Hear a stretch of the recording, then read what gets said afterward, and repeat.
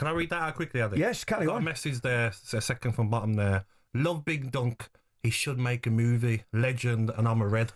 Oh, by the way. That'll be a great movie. The Birdman of Berlin. You couldn't. How can you see that for there, lad? It's incredible. You know, I need the Gregories. Oh my God. Do you not need the Gregories? I need the binoculars if I'm reading that. Right, we're moving on. Moyes returned to Goodison in January, and the Toffees were a point above the relegation zone.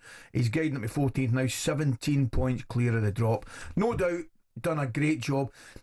Is it just one of these cases sometimes where you get a man that is perfect for the, he's just a perfect fit for the job?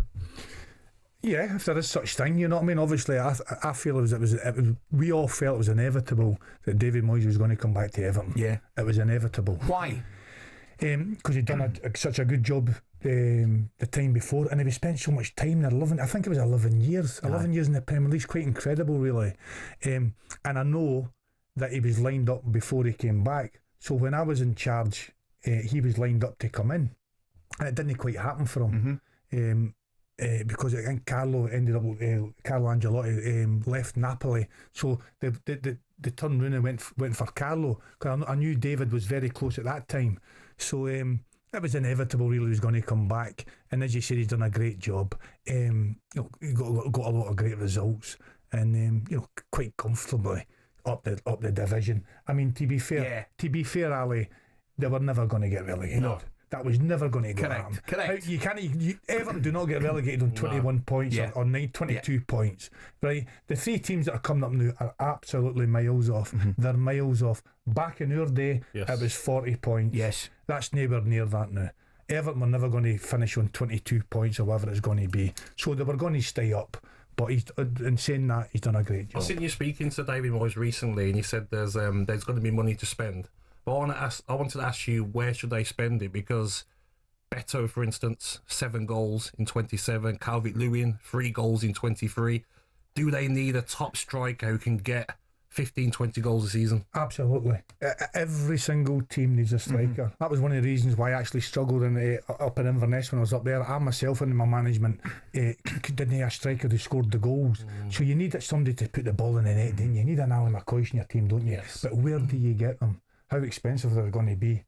How much money are they going to have? But certainly they need to strengthen all over the pitch, because most of their teams out of contract. I think they've got like 14 or whatever they've got out of contract at the moment. So it's a big rebuild, but certainly up the front they need to strengthen up there. Fergie, tell me about your own experiences in coaching and managing. Obviously, go back to that Everton thing, you hugging that boy, just magic. That you cannot buy that. Obviously, Forest Green up at Inverness didn't really work out for you for whatever reasons, but I can tell right now it's not put you off.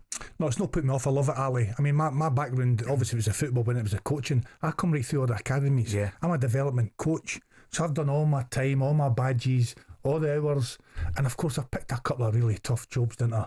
Let's get it right. I mean, the Forest Green job was unsavable, right? There were 5 points cut adrift, and they'd played 4 extra games. I never knew that.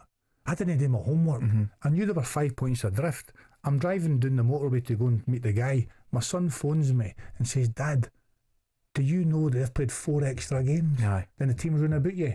This is the end of January now. There's 2 weeks, there's 2 days to go in the transfer window." Anyway, it was unsavable. I always thought I was going to get a rebuild. Of course, in football, you know what happens with promises, don't you? They soon go out the window. And the last job, to lose my job through administration. Oh, it's horrendous, mate. Horrendous. I couldn't probably bad luck, you know what I mean?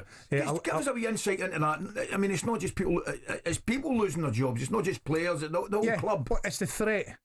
Okay, so when I was there, we're all losing our jobs. So every day somebody's telling the players, on a Friday. Imagine going into a Friday and telling a gang of players, you're losing your jobs. What was the agenda there? I wonder, you know what I mean? Come on a Friday. So that's what they were doing. They were telling the players you were losing your jobs. They were telling the staff you were losing your jobs. So because everybody's on the floor, and you've got to keep that thing going. But really, everybody wasn't losing their jobs. It was only a few that were losing their jobs. So there was a wee agenda there, you know what I mean? But it was tough. It was tough for me. And I'd done everything I can to try and help the players. And to be fair, I got a lot of results. It was incredible what happened to us. It was only a playoff that we dropped down. Remember when I went in? I remember. When I went in Inverness, we were both in the league when I went there. Did 1 point in 6 games or something. No, my points return was really, really good, Alec. It was really, really good. I think we're 3 points off of 5th. I think my points return put me 5th when I was in there. But, you know, nobody's listening, are they? Aye, they are. We're listening. Where's Big Dunk going to be in a year, 2 years, 5 years? Hopefully in the touchline managing. That's my dream. That's what I want to do. I want to be a manager. I've done a lot of hard work to get to this stage. I think it's really been unlucky in what's happened to me. I want to be a manager. Well, I would suggest you've worked with some of the best. I have. I've worked with a lot of them, haven't I? Come on, tell me. Well, I'm losing count, I think. You know what I mean? How many? I've certainly. By the way, whether we like it or not, and he splits opinion. Go back to wee Jim. Wee Jim at Dundee United, man. Yeah, he was a great coach. What he achieved at Dundee United, Fergie, was nothing short of remarkable. European final, semi-final of the European Cup. Yeah, I remember watching he played against Barcelona at Tannadice. I was there. We Kevin scored. Yeah, and he won in '83. I think the Premier League up there in '83. I think he done great. But obviously, look, your big one at the top's Carlo Ancelotti, isn't you? Yeah. Right. So the best of the best. I've worked with him. Amazing. Very closely with him. You know, guys, other Champions League winning managers like Rafa Benitez, for instance. I worked with him. You've got Roberto Martinez, you've got Ronald Koeman, you've got big Sam Allardyce, you've got Frank Lampard, who I really rate. And I've actually put that in the book, by the way. But that book was written about a year ago, But you read that book and you see what I say about Frank. As well, you see some ex-players that they prefer to go into the media. But you see some ex-players that, like Frank Lampard, their passion is going into coaching, like yourself. That's it. I love the coaching me. Hey, I'm getting used to the media a wee bit more to get yourself out there, you know. But I want to be a manager. That's it. And I don't mind what level I go to. I've never took shortcuts. I've always done it the hard way, really. And I want to continue that dream, you know. We all need dreams. 100%. Yes. You can't give up your dreams, Ali. Everybody's got a dream, pal. Everybody's got a dream. Now listen, just a quick one. Carlo looks as though he might be on the way out of Real Madrid. Could he come back to England? He could, couldn't he? Aye. Why not? I think I'll phone him in a minute. That's come.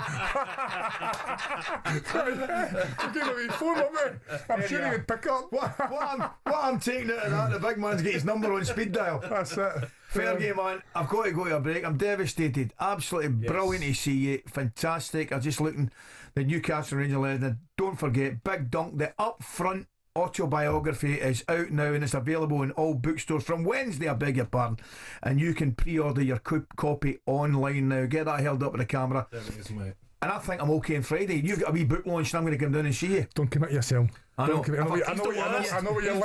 I've just checked. I know I'm in Glasgow. I'm in Glasgow on Friday, mate. So I'll get down and say hello. Thanks for coming in to see us. What else you got? You've been busy all over the place. I've been running about. I've got a bit of Sky to do later on, and then I'm back up in Liverpool doing a few things. Mad busy the next 3 or 4 days. Magic, mate. Thanks for taking the time to come in and see us. Brilliant to see you. talkSPORT Breakfast, waking you up Monday to Friday morning from 6 a.m. on AM, on DAB, via the talkSPORT app and on your smart speaker. talkSPORT.